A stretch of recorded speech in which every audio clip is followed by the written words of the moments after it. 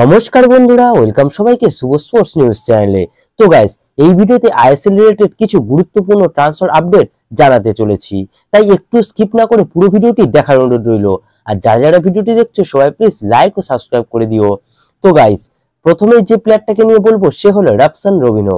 তো আগেই জানিয়েছিলাম এই প্লেয়ারটিকে ইস্ট বেঙ্গল অফার করেছিল, আর এখন সেটা বাংলাদেশি কয়েকটা মিডিয়াতেও রবসনের ব্যাপারটা নিয়ে আলোচনা শুরু হয়ে গেছে।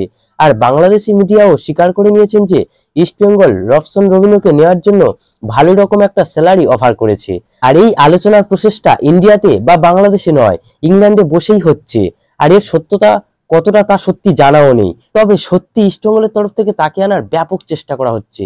আর বাংলাদেশের ক্লাবের হয়ে খেলা যে প্লেয়ারগুলি ইন্ডিয়াতে এসেছে তারা সবাই সফল, আর তার জলজান্ত উদাহরণ সানি নর্দে। সানি নর্দে কিন্তু এই বাংলাদেশের একটি ক্লাবের হয়েই খেলতো, কিন্তু পরবর্তীকালে মোহনবাগান তাকে সাইন করিয়ে নিয়ে এসেছিল ইন্ডিয়াতে। আর মোহনবাগানের হয়ে সে যে কতটা সফল তার আশা করি তোমাদের বলতে হবে না।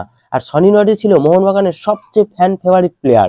আর সনি নর্দের মতোই রবসন রবিনো খুবই ভালো একজন প্লেয়ার, তাই আশা করব যেন ইস্টবেঙ্গল এই ডিলটা ডান করতে পারে। তাহলে ইস্টবেঙ্গল ক্লেটন সিলভার পাশাপাশি আরেক ব্রাজিলিয়ানকে পেয়ে যাবে।